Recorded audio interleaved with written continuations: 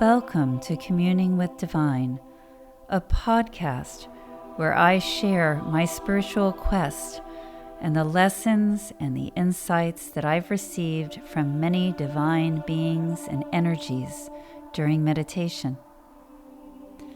I am your host, Meraki. Now, let's begin. Welcome back to Communing with Divine, episode 15 of season 2. Thank you all so much for listening. February the 27th, 2024. I haven't done this work in 2 weeks, and so I'm apologizing to the mighty ones. And during these 2 weeks, I discovered some hidden anger that I was totally unaware of. I dealt with this anger and hurt, both of which were born from fear, of course. And then I openly shared it with a group of healers who I work with, because I'm not ashamed of these things. I am human. I am in a human body. And being in a human body poses all kinds of challenges. And also because I hope that what I share about my struggles as I attempt to walk my path will help others on theirs, even if it just makes them feel better. Let them know that they're not alone in their struggles. You have to approach this work with clarity and honesty, with no fear and with no shame. See it, name it, own it, and fix it. The Archangel Michael says, "Know that there are no missteps, for with each step, knowledge through experience is acquired. Knowledge through observation is acquired. Knowledge through self-reflection is acquired. You say that you have lost time. Time is never lost, for in truth, time does not exist. Opportunity exists always in this realm, and each opportunity, be it to do or not to do, presents an opportunity to learn, and it is this that is most important." The Archangel Raphael says, "And so a new phase of healing and of growing has begun. That which you discovered within yourself, that which you did not know existed. This is of greater importance than you may realize, for the recognition and shifting of this carries great opportunity for advancement." She's showing me a visual of me standing in a cave, and the boulder that is in front of the opening of the cave is so big and fits so perfectly that I can't even see the light from the outside. I can't see the way out. I can't see the doorway or the light. It is this that stood in your way, hidden from your awareness. This you have discovered. This you have removed, and so your path is clear. The Archangel Uriel says, "You are most welcome, child. The steps you must take to progress on your path are not always evident. At times it seems that you have strayed. At times it seems that you stand stationary in a place of stagnation. At times it seems that you have slipped backwards on your path, but know that all is as it should be. And so these things are of great importance in allowing you to walk your path with clarity, with purpose. Be joyful, be glad. Be thankful for these times that you deem to be failures, for they are what is required to gain the experience that you need to fulfill your purpose." The Archangel Gabriel says, "And so you have discovered that which you did not even know existed within. You did not shrink or hide from it, nor did you try to hide it from others. You shone a light upon it for you and for others to see. And you said, 'Look, see what I have discovered within me that I did not know existed. See what I found as I shone my own light within, into the deepest, darkest corners, behind rocks and shadows. Look, I have found this, and now it can be released, for it has nowhere to hide. There was no shame, there was no anger or sadness. There was only realization and acceptance, and so now it is released, for it can only exist within the shadows. For it is not of you, for it is not you. And so, if it can no longer hide, it can no longer remain. Of this you should be glad, for you have done well." The Ether says, "You spoke of us, of the role we play. This was of great import. Your words have a weight which you do not understand. But those who were there while you spoke will ponder your words. Your words will be absorbed. They will be assimilated. Your words will impart change upon those who hear them, even in those who do not agree. It is time for you to speak. It is time. We are here to help, always. The God Gnosis steps forward and I giggle a little bit. He asks, "Why do you laugh?" And I'm like, "Well, because I'm waiting for you to say something about self-knowledge." The God Gnosis responds, "In this you are correct. For what you have done takes great courage, takes great clarity, takes honesty. Knowledge of self requires these things. Knowledge of self is most important, for it leads to the knowledge of the all. It allows for the knowledge of the all. It is the path to the knowledge of the all. The ability to look within and gain knowledge from discovering truth is of the greatest import in this work, on this quest that you have begun. I speak to you with great love. You have honored yourself in what you have done. Now this barrier has been removed from your path. You have honored yourself with this work, for the knowledge of self is one of the most difficult of all things to attain." Thank you. I thought you were going to tease me or something like you usually do. The God Gnosis smiles and says, "And so you were wrong again." The sage Balthazar and Melchior ask me, "What do you feel?" I feel a sort of niggling doubt that people will think I'm weird or I'm crazy, and that the divine and the energetic menagerie of beings I interact with will just be too confusing. All these different backgrounds and belief systems coming together, including my own, I think they're going to think that I'm nuts. But I know that this is a resistance. It's a stupid fear which doesn't really exist. I'm not really and truly afraid. But there is a ridiculous, unfounded feeling that exists, and it is holding me back a little bit. The God Gnosis steps forward and says, "When you spoke of us, and when you spoke of the messages that you have received from the others with whom you work, were you fearful?" Well, before I started to speak, I felt a little resistance, but I decided, no, I'm going to share. And what was the result of that sharing? As I spoke, the fear fell away. The God Gnosis says, "And so again, it is not real. For those for whom these messages are intended, the source of your messages will be of no import, and it will not deter them. For those whom it is not, they will find many reasons to reject that which you share. The source of your message is merely one of the many reasons they will find, and so they should concern you not. What have you discovered?" I've discovered that once I start speaking about it, the fear falls away. The fear is false. It's not real. And so you move forward now with this knowledge, and the fear has no hold over you.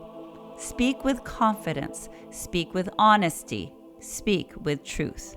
Share what we have shared with you. You have nothing to fear.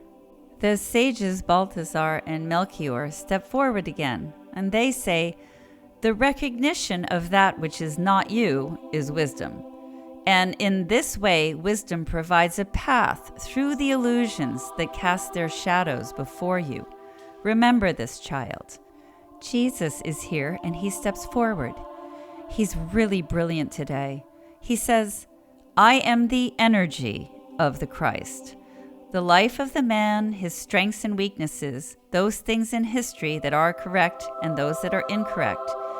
These things are of no importance, for I am the energy of the Christ, which you identify with through the man you call Jesus.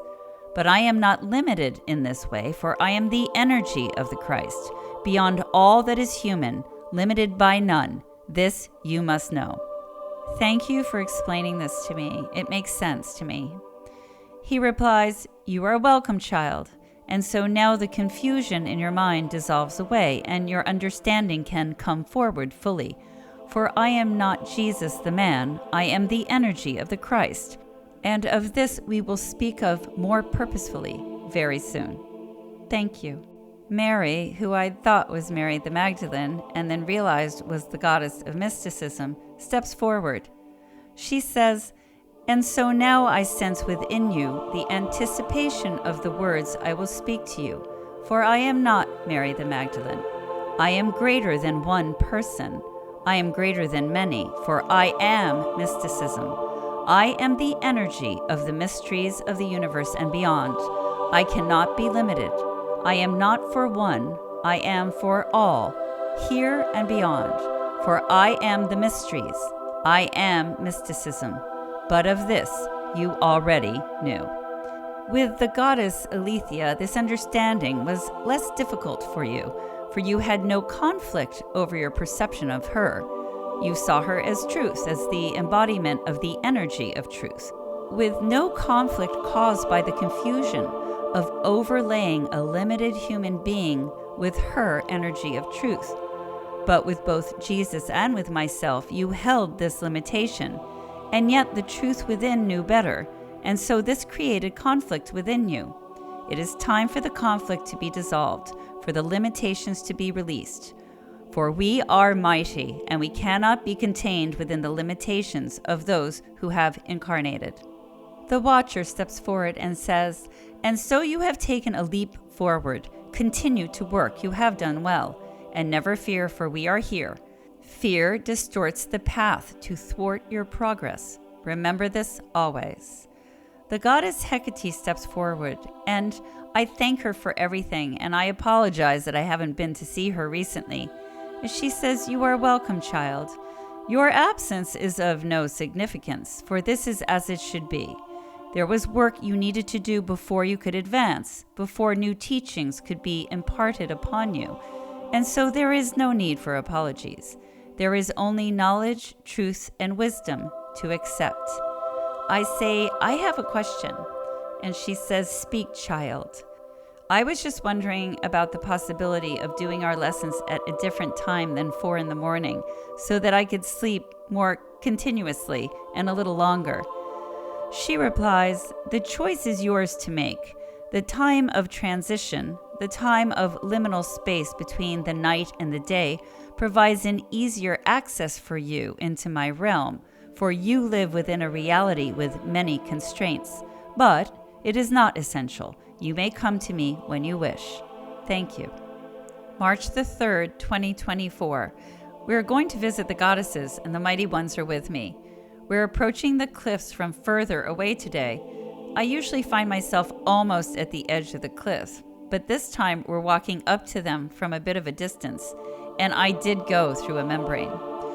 Today I see more cliffs and more of the cove. The shoreline curves around. I'm aware of the stars and the suggestion of sunrise. Things seem a bit different, more detailed, I guess. Or maybe it's just that I'm more aware of the details. I think that's probably more accurate. It seems like we're higher. We're definitely higher. It's taking longer to get down to the sand, to the beach. And now we just keep dropping. We're beneath the sand now, but I can look up and I can see everything. There's a sense of handing over, of just accepting, of submission, of just accepting and observing my situation. It's like I'm looking up through water at the scene or the place where I normally am, where I would be walking along the sand towards the cave to see the goddesses. I know that they're there in the cave, and they know that I'm here under the sand. It's very peaceful looking at the scene. There's a lot of peace that comes from letting go. It's liberating in a way. We're back up on top of the sand now, and I'm walking towards the cave with the archangels. The archangel Uriel is on top of the cliff, as usual. I'm going to go and change into my robes. My belt seems heavier. There's more on it, and it's become more intricate, or rather, I can see more details now than I did before. I pass through the curtain of energy. The cave is dark and very quiet, but I know that they're there, and they know that I am here. This is part of my lesson, standing here in the dark cave, quietly, peacefully. Now there is some sort of a light that's beginning to glow, but it's not the candles. It's coming from the cave walls. It's the fire that doesn't burn, the glowing mist. The goddess Hecate is coming. I greet all of the goddesses, and I say I have come to learn and to be with you. The goddess Hecate says, and so it is good that you have come, child, for the time is right again to continue your teaching. I am very aware of the markings on her hands and her face today, and I'm aware of her staff today as well. She seems to be indicating towards where the other goddesses stand. The goddess Aletheia is so colorful, her robes, white with all of that embroidery, gold and red and green and blue, browns, beautiful browns like wood. The goddess of the mysteries, who I had called Mary, asks, do you find me much changed? I say no, not really. I sense your power more. Well, I guess it's just a name change, really.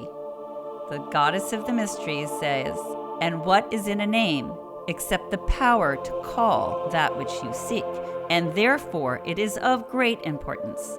And yet it is the intent behind that which you call to you, that which you seek, where the power lies.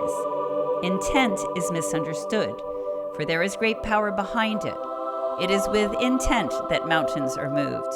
It is with intent that the energy of creation is called to manifest. And yet intent is much overlooked. True intent is often masked with deceptions, fantasies, woven for convenience. For the reality of the intent is not always something of purity and of grace. The truth behind the facade of intent is of the greatest importance, for it is a string that can be followed to the source of all pain, to the source of the shadow that works to cast a pall upon your true self. And yet, few consider it, few ponder it with honesty, few give it consideration. The truth of one's intent is a pathway within that must be walked with honesty and with open eyes before the mysteries can be revealed, before the path of the mystical can be revealed. This you must remember, child. The goddess Hecate is wearing robes the color of a raven with some grays, very dark gray, slate gray, as well as the black. Very beautiful. The goddess Aletheia, so light and bright and colorful. And the goddess of the mysteries, at this moment, I perceive her as wearing darker blues. But I've only come to know her in this form recently, and I'm pretty sure that my perception will change. The goddess Hecate says, come, and so we begin our walk. We pass through the wall. We're walking into a place that's very dark. I can more sense the goddesses around me than see them. I am standing in the center of them, and they're walking in a triangle formation. I'm in the center of that triangle. I have a sense of wind, a big, strong wind. And now I'm aware that I'm holding my staff. I don't remember taking it out of the pouch that hangs from my belt. But my staff is grounding me in this wind. My staff is made of something ancient, something of the power of the ancients, wise. It has the power of wisdom within it, just like a very old tree would. The wind has stopped now. I can see the goddesses around me, and I'm still holding my staff. The goddess Hecate says, observe. I'm taller. I'm bigger. Just a little bit, but it's noticeable, and I'm not sure of the significance of this. The goddess Hecate says, come. Now we are walking again. I sense activity ahead and movement. A large amount of movement. This is unusual. We're looking down, and I want to say that this is not a liminal space that we're looking at. I'm asking the goddess Hecate. The goddess Hecate responds, existence is a series of liminal moments, of liminal spaces of a decision made. In your world, every present moment is, in truth, a liminal space. For within every present moment and every living moment, there exists an opportunity for choice. Only in contemplation, only in a state of peace and stillness can you stand outside the liminal space of decision. And yet, the choice to be in a state of contemplative peace is a decision in and of itself. Do you not see this, child? Well, I do now that you said it. Our attention now turns to the activity that lies ahead of us. What do you see? I see what I perceive to be humans, but they're like ants, all in movement, in motion. I sense a building up of energy, a crescendo of fear, of confusion, but not with all of them. Some stand still, but most are in a constant frenetic movement of fear and confusion. It seems like that to me anyway, and it feels like it's building. I feel like there are different outcomes. I feel as if it can build only to dissipate, or it can build and crest and crash. But that's just what it feels like to me. The goddess Hecate says, there are many outcomes that are possible, for there are many choices that can be made, decisions that alter the outcome. The goddess of the mysteries says, observe more closely. What is the intent? For it is the intent that predicts the outcome. For the energy of intent is one of great power. The energy of intent of a few can affect the many, especially when the intent is masked, and intent in truth is often masked. Many give power to the intent of others unknowingly, unsuspectingly, for they believe the facade of the intent, never seeing the truth that lies behind it. Always consider the intent in truth. Consider your own, consider that of others. For the blind acceptance of the facade of intent over truth has caused many to commit their energy to something that does not resonate with their true self. But make note, the energetic resonance of this blind acceptance and commitment of one's energy remains. For it is the responsibility of the individual to consider the true intent of another before committing their energy to any cause, to any action, to any idea. For regardless of whether or not the truth of intent is recognized, a choice is made, and the choice is to believe the facade of the intent.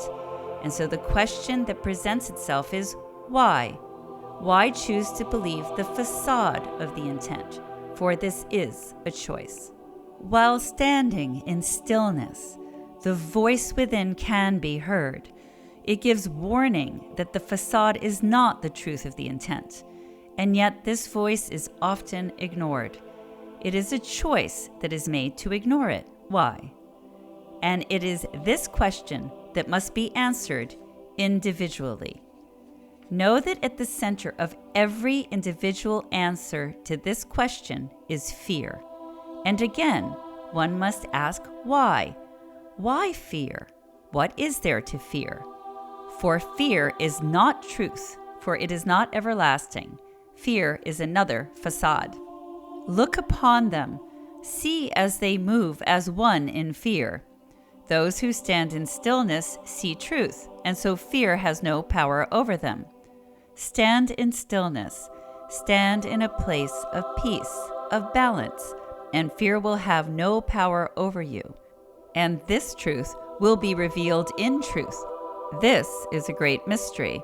On the path of seeking mystical truths, this is a great mystery.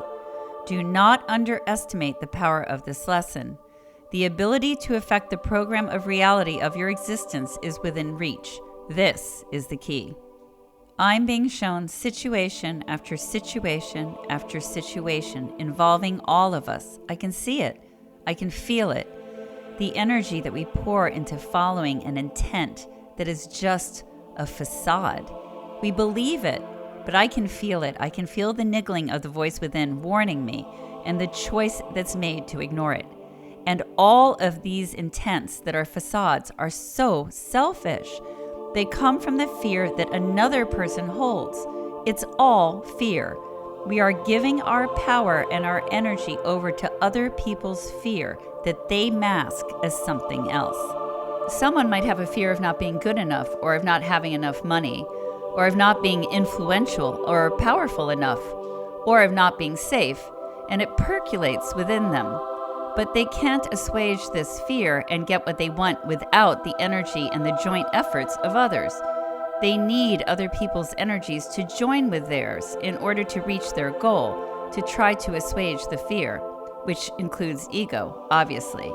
And so they dress up their intent in something that's acceptable to others, that others can get behind.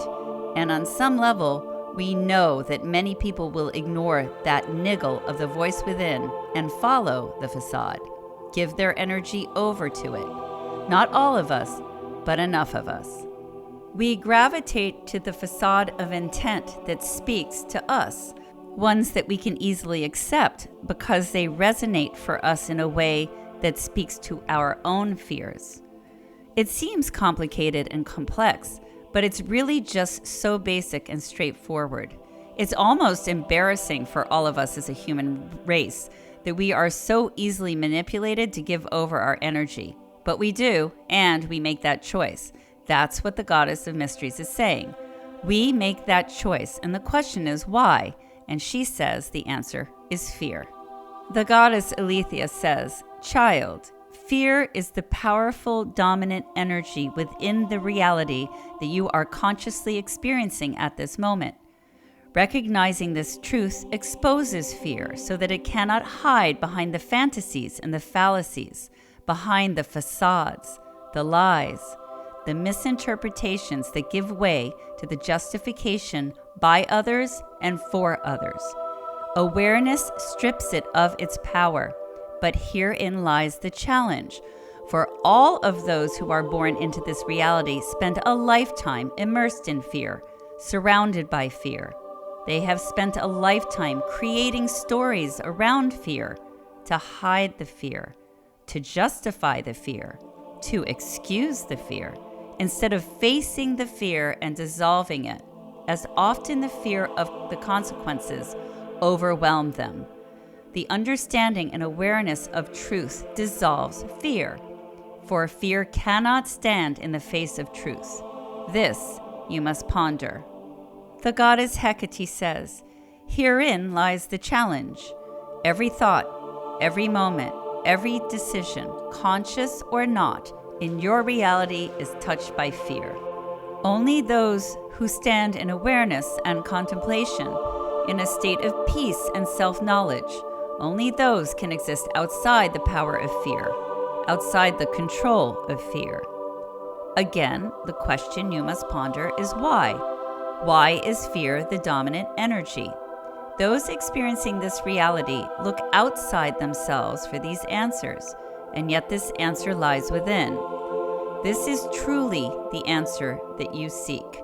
For once this answer is discovered, all other questions are answered. The barrier that fear places between you and the all will be no more. But you are asking the wrong questions. Come. We are returning to the cave. As we enter the cave, there's a beautiful warm glow. I thank the goddesses for everything today. I say it was an amazing lesson. It was mind-blowing to observe it, honestly, to see it in action from afar. It seems so basic from afar, and yet when I stand within that space, I am the same. The goddess Hecate says, "Stand in awareness, child, always, for this work must be done." I understand. I'll do my best. Thank you. You are welcome, child. I'm bowing and leaving the cave. The archangels are there. I'm going to change. My staff is back in my pouch. The sun is coming up. We're walking down the beach, rising up the cliffs to the Archangel Uriel. I thank the archangels, as I always do, for being with me, and I also thank them for protecting me. And then they seem amused, and they say, "Protecting you from what? From what are you afraid? Even here, as you stand with us, fear reigns." That's true. Thank you for pointing that out. How ironic and how embarrassing. Like, that's what this whole lesson was about. And I'm not out of my lesson for 1 minute, and I'm jumping back into the fear mentality. The sun is coming up, and we depart. As I was describing this meditation, images came into my mind. The image that came to me was of a baby being born and crying.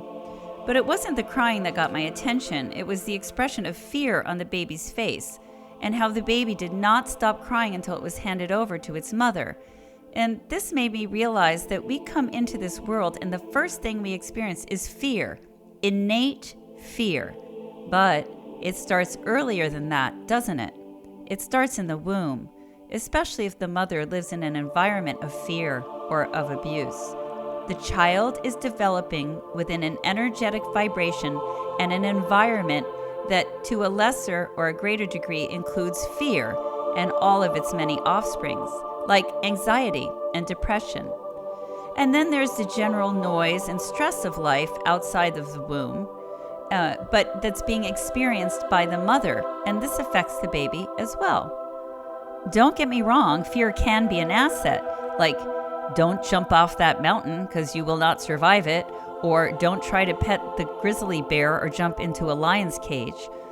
Learned fears that relate to safety and navigating this physical world are essential, but that's not the kind of fear the goddesses are talking about. There is something more to what they are talking about, something that begins at the beginning, or maybe even before the beginning, even before the womb.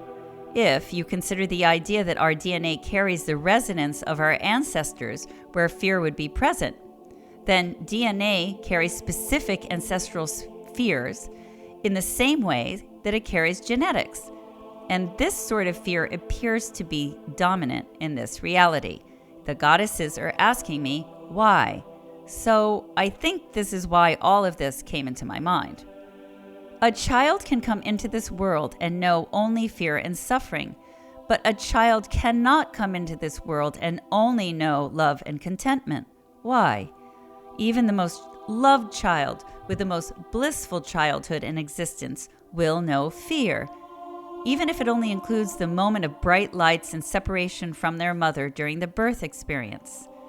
And is it possible, if we could understand the pervasive role that fear plays, that we might be able to change this, remove it from the programming? And if so, would this negate the point of even coming here, or the point of this experience to overcome it? Maybe the point of this experience is to overcome it and change it, remove the fear and bring in only love. Because if that is the purpose, then this is the key. Is it because fear is the quote-unquote opposite of love and we come from a place of perfect and divine love in order to experience the lack of it? And to experience how a lack of love can manifest in many different ways? How fear can warp reality and blind us to truth?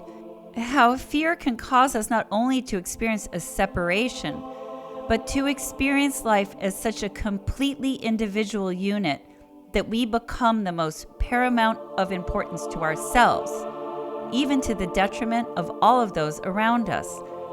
Is this not the role of ego, which is a child of fear? And does ego not justify our thoughts and our actions by coding them with acceptable justifications? Is this what the goddesses are saying? That the root to eradicating fear is eradicating the ego? Is this the key? I'm not sure, but this is a big lesson and something that requires deep thought and consideration. Well, hopefully this episode gave you all a lot to think about, maybe talk about with others. I hope you will join me for the next episode, which will be episode 16. And until then, have a great day.